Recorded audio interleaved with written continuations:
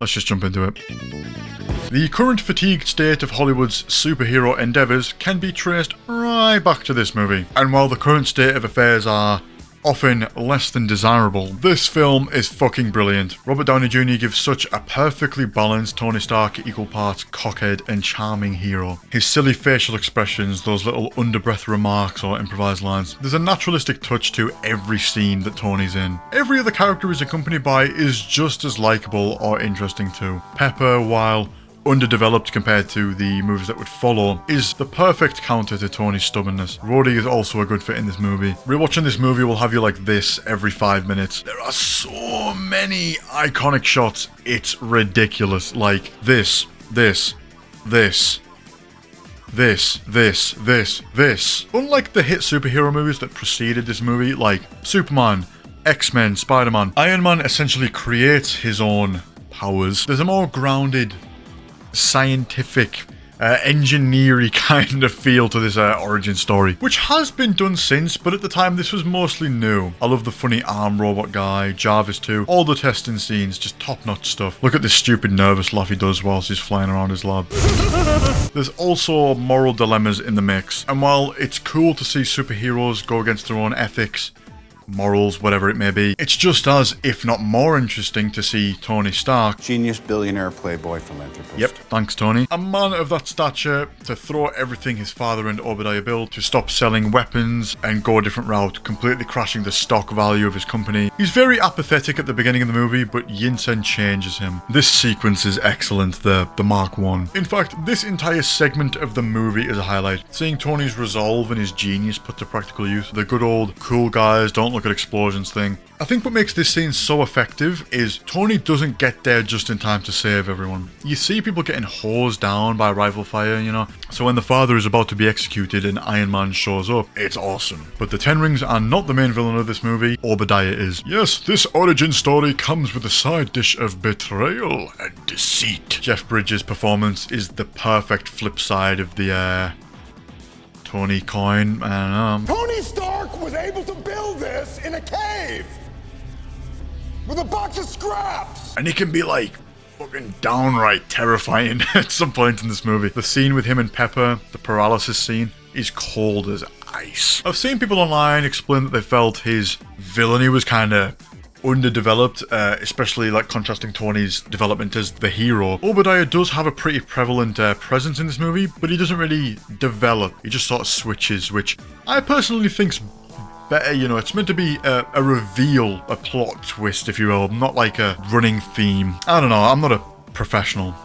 I'm also not a genius, billionaire, playboy, philanthropist. Jeez, Tony. The final battle is cool, but feels a little bit shoehorned in, really. This movie didn't really need, like, an epic final battle. It was mostly ground in verbal, emotional, and political conflict anyway, but, you know, it's a superhero movie, I get it. It's not bad anyway, I just think it's unnecessary. The battle has plenty of good moments, a few funny parts too. You ripped out my targeting system. And, of course, the ending. I am Iron Man. And so, the MCU was born.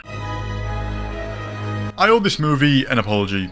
For some reason, I always thought it was mediocre and boring. Upon my most recent rewatch, I can say it's fine. Brave New World retroactively makes this movie better, but it's still meh. I think a big issue with this movie is it's sorely missing the emotional, tragic side of the Hulk, the backstory, the childhood trauma, which the 2003 version does really well. That's a good Hulk movie. Go watch that movie instead. Anyway, moving on. Also, knowing the relationships in this movie really lead to a whole lot of nothing does also retroactively hurt this movie. It's like if Peter and MJ never got together at the end of Spider-Man 3. Their strife in their relationship would be so much more frustrating upon rewatches of the first and second Spider-Man had, you know, they're not gotten together at the end of the third movie. Also, I have mixed opinions about Edward Norton. His performance is good, but like, he feels so detached from the Hulk. I also don't really identify with him as much because I much prefer Ruffalo as the MCU's Hulk, even though they're technically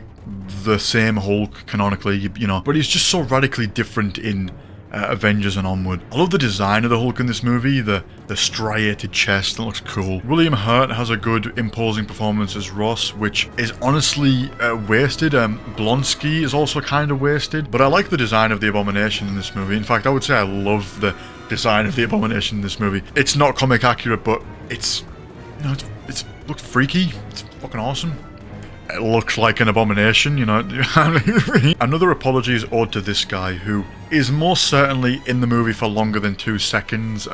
Like I said, he was in my Brave New World review. For some reason, I just didn't remember him as a huge part in this movie, but he does play a pretty important role. This is something that Brave New World retroactively, take a shot every time I say that word, retroactively improves. Considering they left everyone on this cliffhanger for 17 years, this movie is better than I remember, but it's still kind of meh. A meh movie with good moments. It's worth watching, but hardly worth rewatching. Watch it once to know what went on, and then if you're in the mood for some good live-action Hulk action, just watch the Abomination fight on YouTube or something, or watch the 2003 movie. In the context of this movie, we don't really know that Hulk is a manifestation of Bruce's childhood trauma. So when he comes out and he goes, you know, Hulk smash, it's just goofy compared to something we would have got in like the 2003 movie, which touched on all of that childhood stuff perfectly. Then again, it's better that they made a different movie, probably, considering this only came out 5 years after the 2003 one, but whatever. A good continuation. Tony's arc teeters in a slightly different direction here. He kind of regresses a little due to the whole, you know, dying thing. He's much cockier, and it does border on being too much sometimes, but it's all fun to watch. The shit he gets up to in this movie. I have successfully privatized world peace. The roadie fight at the party, it's it's ridiculous, but it's fun to watch. It doesn't really hurt the movie. It's good. I enjoy it. Give me a fat beat to beat my biceps. RDJ is still just fucking excellent in this film, and the side characters have more moments in this movie too. Happy is more present. Pepper comes alive in several scenes. Better security. Get in the I was attacked! Don Cheadle's replacement as Rhodey is good. I feel like Tony and Rhodey had good chemistry in the first movie, and that naturally continues here, so we're all good on that front. I've heard people say the introduction of War Machine is a little left field or rushed, but they're all talking shite. It's perfectly fine. We're introduced to Natasha, or Black Widow here, and it's a great start for her. Little bit of espionage, she's portrayed as a badass, and it's all good stuff. Whiplash, or Ivan Vanko, doesn't get enough credit in my opinion. He has such a unique look, and the way he talks and carries himself. Want a bird? I want my bird. I can get you a bird, I can get you 10 birds. I want my bird. The actual physical battles in this movie make more sense than the first, but most of the damage being done is once again political or emotional. If you can make God bleed, then people will cease to believe in him. The first fight is both badass and hilarious, like Happy running him down against the fence, and how about that suit-up scene, eh? Something that both the first and second Iron Man movie excel in are these great suit-up scenes, some fantastic CGI work. I guess this next thing also applies to the first movie too, but I feel like it applies a little bit more here. A great way to balance Iron Man technically being a faceless hero is to give us these close-up shots of the face in the mask. We get it with Tony, Rhodey, and Obadiah. These would become staples going forward for Tony and Rhodey. Iron Man 2 is very heavy on world building for the MCU, introducing a lot of S.H.I.E.L.D. shit like Nick Fury and Natasha. All welcome additions, and none of it really takes away from the movie. I think the palladium poisoning is an interesting story to follow. The solution is a little bit of an ass pull, as y'all Americans would say, but like, it's Tony Stark. Genius billionaire playboy. Alright, that's enough now, lad. Let the man invent a new element. My only real issue with this movie is the final battle with Vanko is very anticlimactic. The way they defeat him is just so fucking lame. They're like the power of friendship. Not as strong as the first, but not far off. Still a great movie.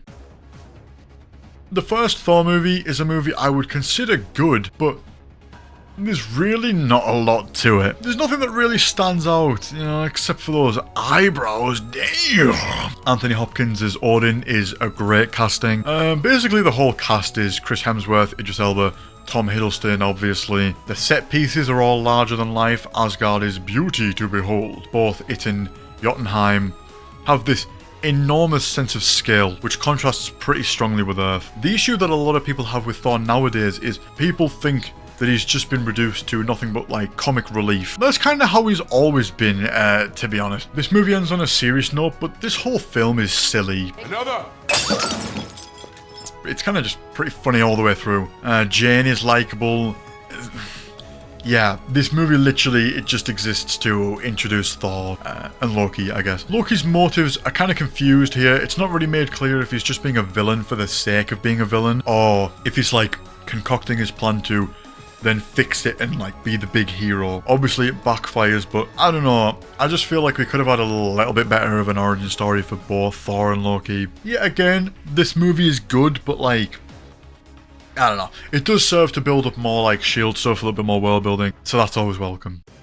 Incredible introduction and overall development for the character of Steve Rogers. But here's the thing, similarly to Thor, there's just something this movie is missing, and I just can't, like, even more so with this movie, like, I just can't put my finger on it. Chris Evans as Steve is great. This guy's physique is fucking crazy. Just look at those shoulders, his back. I might be gay. Anyway, his character, it's cool seeing him before the super soldier transformation, and his personality kind of remains the same before and after. The old-timey setting feels authentic, especially this chase scene. That's quite a good example. Also in general, it's just a great scene. Love that the kid isn't just completely useless like most other kids in superhero movies. Go get him! I can swim! I like Peggy, I like Bucky. Obviously, he ends up playing a huge role later on, but this movie is a great start for him. It's cool we get Howard Stark here too, but he feels so detached from his character throughout the rest of the series. Not in a bad way or anything, but yeah, he's just very different. I guess like Red Skull feels a little bit underwhelming. He's more intimidating with his like fake skin mask on. The first Avenger it's a good watch. I would happily sit and watch this movie start to finish like any day of the week, but it's just like decent, you know what I mean? The pacing is like, it kind of meanders through the third act a little, so the movie feels like it's slogging slightly towards the back end. It's nowhere near as mid as Hulk, but this movie is average, especially compared to the Captain America movies that would follow, which are stories for another day. Now, what inspired me to make this video, I've been getting back into the MCU in a big way since I've been getting big into the Escape Pod podcast. Alex Azor, co-host of said podcast, states that you can basically skip all of Phase 1 except for the Avengers movie, thinking that the first Avengers movie does a much better job of introducing the original 6. Alex is special, but I do think it's a better introduction for Black Widow, Hawkeye, and Hulk. The first scene, Black Widow, is awesome. I mean, I can't necessarily say it's better than her introduction in Iron Man 2. It certainly does a good job as an introduction. So for all, you know, intents and purposes, this works if you haven't seen Iron Man 2. Hawkeye's introduction in Thor is practically a cameo, so yeah, this movie is a better introduction. The Hulk, I wholeheartedly think this movie is a better introduction. There is the big green elephant in the room being that he's played by a different actor now, so like this movie acting as a separation between this and that is fine. Is it just me, or does Mark Ruffalo bear a tiny resemblance to Eric Bana from the 2003 version? Especially more than he does to Ed Norton. Like, you really could just kind of watch the 2003 one because that ends with him out in the middle of nowhere somewhere that clearly isn't America.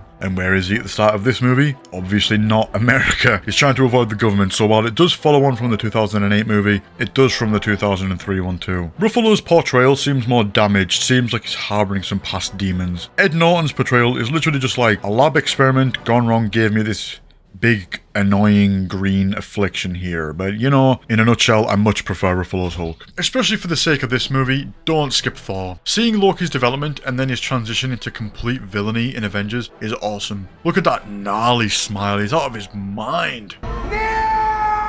This movie is chock full of those moments from start to finish. The suit disassemble, Iron Man and Thor fighting, Cap and Tony arguing, I'm always angry, Loki catching the arrow, puny god. I could go on, but you get the gist. Every scene is fine-tuned to have the perfect amount of necessary exposition, witty, snappy dialogue and character building. I don't have any real gripes with this movie at all. It was the first of its kind to bring together this many superheroes that like already had their pre-established origin stories, and seeing them all collide with consistent writing and like personas, it's awesome. It's just so like effortlessly well executed. The New York battle gives a lot of purpose to each hero. I mean, there's clearly an enormous difference between the power of, say, Thor and Black Widow or Hulk and Hawkeye, yet they all play an important, essential part to the battle. Hawkeye is previously shown in Thor keeping his wits about and using his supervision, or whatever the fuck it's called, to assess like a large area.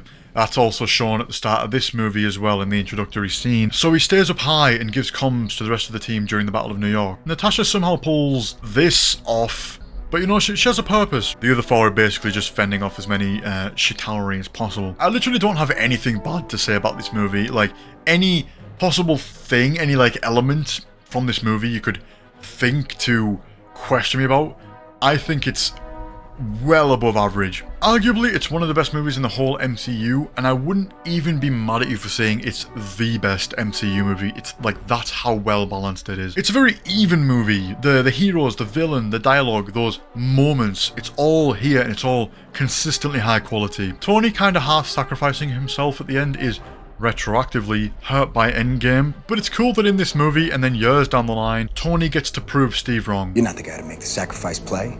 To lay down on a wire and let the other guy crawl over you. Same goes, it's vice versa for Steve, proving Tony wrong. Everything special about you came out of a bottle.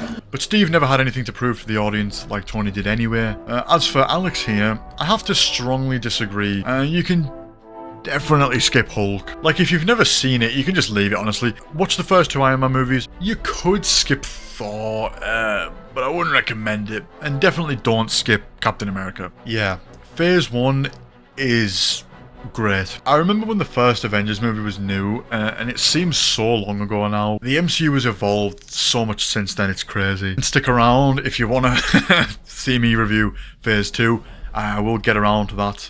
Until then, Genius, billionaire. thank you for watching. Stay tuned.